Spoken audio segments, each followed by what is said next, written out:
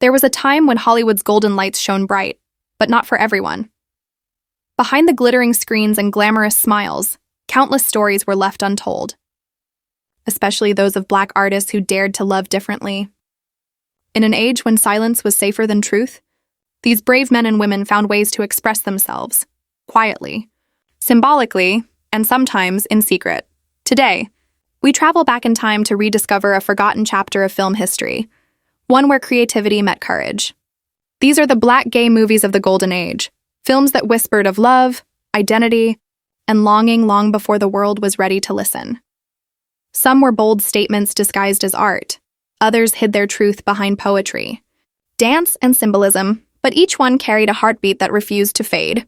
Sit back and let's revisit a time of elegance, struggle, and resilience, when Black filmmakers and performers wrote their truth between the lines of history.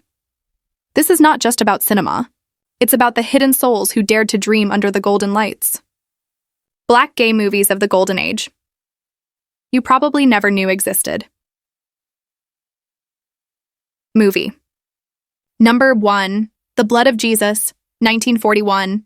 In 1941, when Hollywood was still painting the world in black and white, both on screen and in society, a quiet masterpiece emerged from the heart of Black America.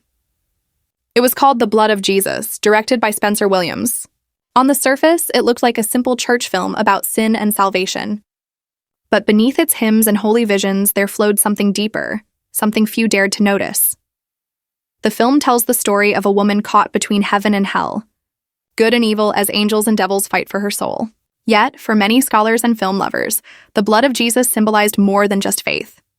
It was a mirror, showing the inner battles of identity, of being torn between what society demanded and who one truly was. For many in the Black gay community of that time, this film quietly echoed their unspoken truth, the struggle to be accepted, to find redemption in a world that refused to see them. With haunting gospel songs and dreamlike imagery, it whispered what could not yet be said aloud. The Blood of Jesus wasn't just a movie. It was a coded prayer for those who lived unseen. Movie number 2, Portrait of Jason, 1967.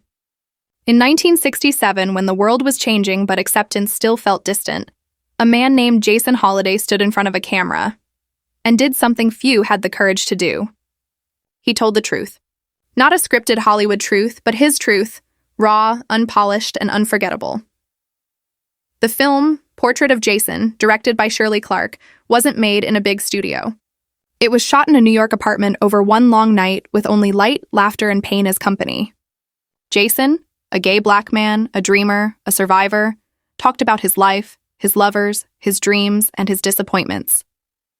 Between his smiles and jokes, you could feel the loneliness of someone who had seen too much of the world, yet still found a way to laugh at it.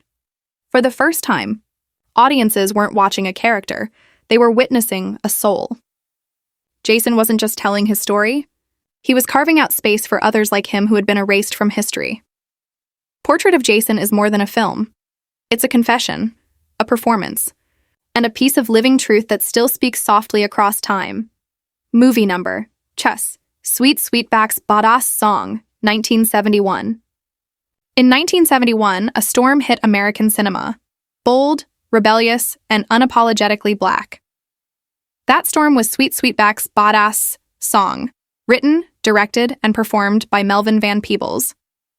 On the surface, it looked like a story about one man's escape from the law. But underneath, it was a revolution, a cry for freedom, identity, and power. What made this film extraordinary wasn't just its story, it was the man behind it. Van Peebles made this film outside the Hollywood system, using his own money, his own vision, and his own voice. He created a world where a Black man wasn't just a side character, he was the hero, the survivor, the one who refused to bow. Though the film never directly spoke about sexuality, its spirit of defiance resonated deeply within the Black gay community. It challenged the silence, the shame, and the limits placed upon identity. It said in every beat of its jazz-fueled soundtrack, "We are here.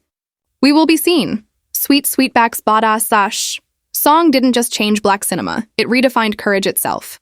A reminder that sometimes the bravest stories are told not with permission, but with fire. Movie number. Looking for Langston, 1989. In 1989, British filmmaker Isaac Julian gave the world a film that felt less like a movie and more like a dream. Looking for Langston was his quiet, poetic tribute to Langston Hughes, the great Harlem Renaissance poet whose words once lit the hearts of a generation. But this wasn't just a film about art. It was about love, about longing, about being seen in a time when love between men, especially Black men, lived in whispers, filmed in beautiful black and white. Every frame of Looking for Langston feels like a memory, soft, mysterious, and full of meaning. Julian weaves poetry, photography, and music to create a world where the past and present meet. He imagines Langston Hughes not just as a writer, but as a symbol of hidden desire and untold beauty. For older audiences who remember the elegance of classic cinema, this film feels like coming home to an old photograph that suddenly speaks. It reminds us that love, in any form, has always existed, even when history tried to erase it. Looking for Langston is not just a movie. It's a love letter written in silence, to every soul that ever had to hide. Movie number 5, Tongues Untied, 1989. In 1989, filmmaker and poet Marlon Riggs released a film that was more than just cinema. It was a heartbeat finally finding its rhythm. Tongues Untied wasn't a movie made for applause. It was made for truth. It gave voice to a community that had long been silenced, Black gay men who had lived too long between pride and pain. Riggs combined poetry, performance, and personal confession to create something unforgettable. Through rhythmic words, haunting jazz, and raw emotion, he told the story of what it means to love, to hurt, and to exist in a world that refuses to see you fully. For many, it was the first time they saw their reflections, beautiful, proud, and unashamed, on screen. The film was controversial in its time, even banned in some places, but it changed history. It reminded the world that silence is not peace, and invisibility is not safety. For today's audience, Tongues Untied feels like a timeless echo, reminding us that the courage to speak one's truth, especially in a world that fears it, is one of the greatest acts of love. Marlon Riggs didn't just untie tongues, he freed hearts. Movie number 6, Paris is Burning, 1990. In the early 1990s, a powerful light began to shine from a world few outsiders had ever seen. It was the world of ballroom, where Black and Latino gay men, transgender women, and drag performers gathered to celebrate who they truly were. That light was captured forever in the groundbreaking documentary Paris is Burning, directed by Jenny Livingston.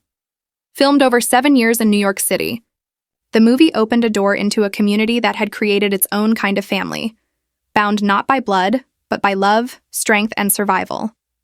Inside those ballrooms, they danced, they posed, they competed, and most of all, they belonged. For those who lived through times of rejection and prejudice, Paris is Burning was not just entertainment, and it was a revelation. It showed that even in struggle, beauty could bloom. That joy could exist alongside pain. Every smile, every strut down the runway carried a message. We exist.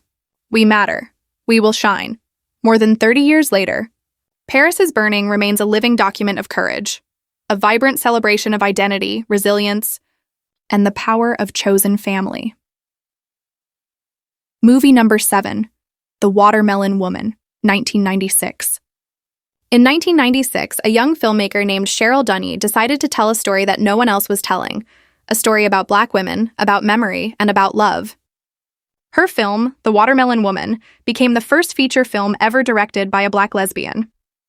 But more than that, it became a bridge between the past and the present, between the women history forgot and those determined to remember them. The film follows Cheryl, a video store clerk and filmmaker, as she searches for the truth about a mysterious Black actress from the 1930s who was only credited as the Watermelon Woman.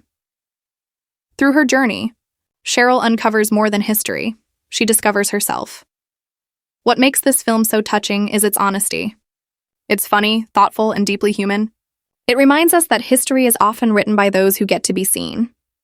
And that sometimes, the greatest act of love is reclaiming the stories of those who were erased. For older viewers, The Watermelon Woman feels like both a revelation and a reminder that behind every forgotten face lies a voice still waiting to be heard. This film didn't just tell a story, it restored one. This film didn't just tell a story, it restored one. Movie number 8, The Watermelon Woman, 1996. In 1996, filmmaker Cheryl Dunye created something the world had never seen before, The Watermelon Woman. It wasn't just a film. It was a conversation with history, a search for the truth about identity, love, and the forgotten faces of early Black cinema. The story follows Cheryl, a young filmmaker who works in a video store by day and searches through old film archives by night.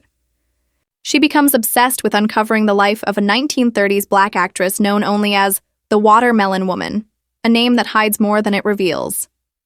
As Cheryl digs deeper, she discovers that this mystery woman may have been both a talented actress and a lesbian, her story erased by time and prejudice. But in that search, Cheryl finds something even more powerful: herself. The film gently reminds us that history often forgets the voices that didn't fit the world's idea of perfection. Through humor, honesty, and heart, The Watermelon Woman becomes a beautiful act of remembrance, proof that even if the world forgets your name, your story can still light the way for others.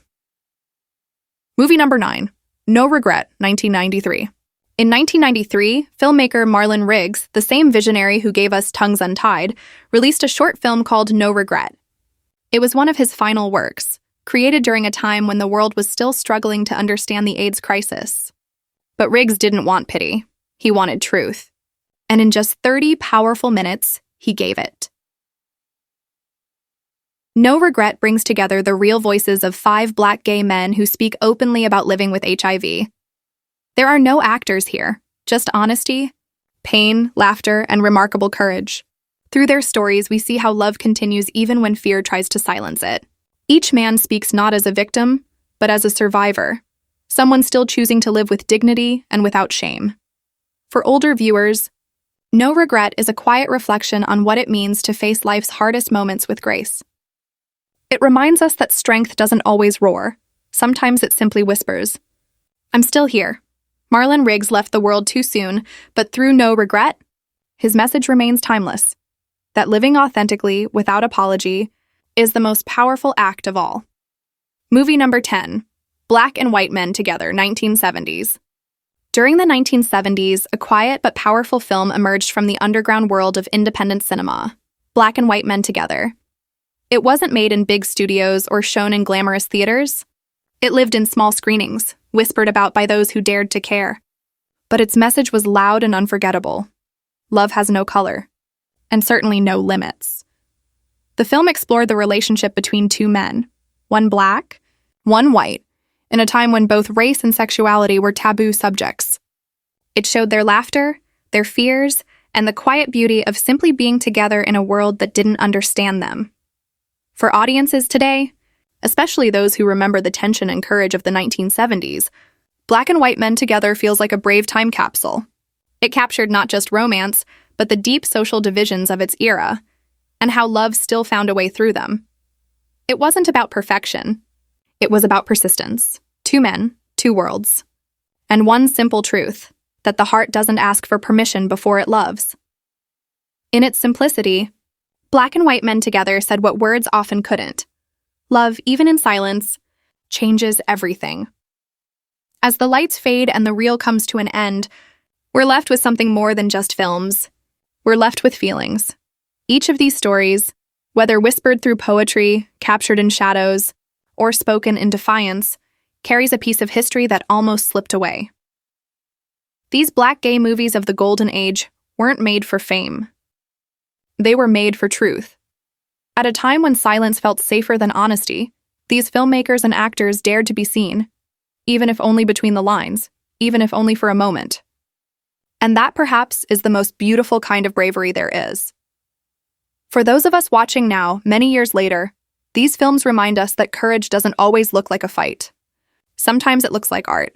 Sometimes it's a poem, a dance, a camera lens, quietly saying, "I exist. I matter. I am part of this story too." So, the next time you think of Hollywood's golden years, remember these voices, the ones that spoke softly but carried the strength of generations, because even when the spotlight fades, true stories never die. They just wait for someone like you to finally listen. This was not just a journey through film, it was a journey through courage,